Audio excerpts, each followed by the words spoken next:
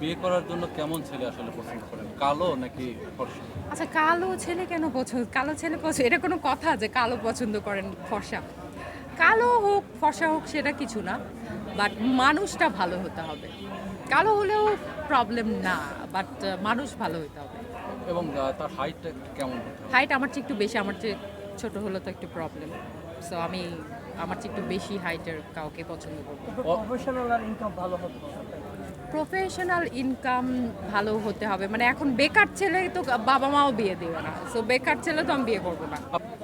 ব্রাহ্মণবাড়িয়ার ছেলে পছন্দ, বিকজ আমি আমার লাইফের প্রাইম একটা সময় ব্রাহ্মণবাড়িয়াতে কাটিয়েছি। ওখানে আমার আম্মার পোস্টিং ছিল, আমার আম্মা একজন সরকারি চাকরিজীবী ছিলেন। তো ব্রাহ্মণবাড়িয়ার মানুষকে আমার খুবই পছন্দ। একটু মাথা গরম, একটু ক্ষেপে যায়, এটা আমার মধ্যেও আছে। তো মানে রেগে গেলে কন্ট্রোল করা যায় না, মাথা গরম, একটু ঝগড়া লাগি অনেক। বাট ব্রাহ্মণবাড়িয়ার মানুষ খুব ভালো। কপালে যদি কখনো বাঁধন ছেলে জুটে যায় সেক্ষেত্রে আপনি আপনার রাগ ঠিক বন্ধ করতে পারবেন? ঠিকই। যেভাবে তারা মারামারি করে বা আমরা না না, ব্রাহ্মণবাড়িয়ার ছেলে আমার কপালে জুটবে না, ওইটা হবেই না, অসম্ভব।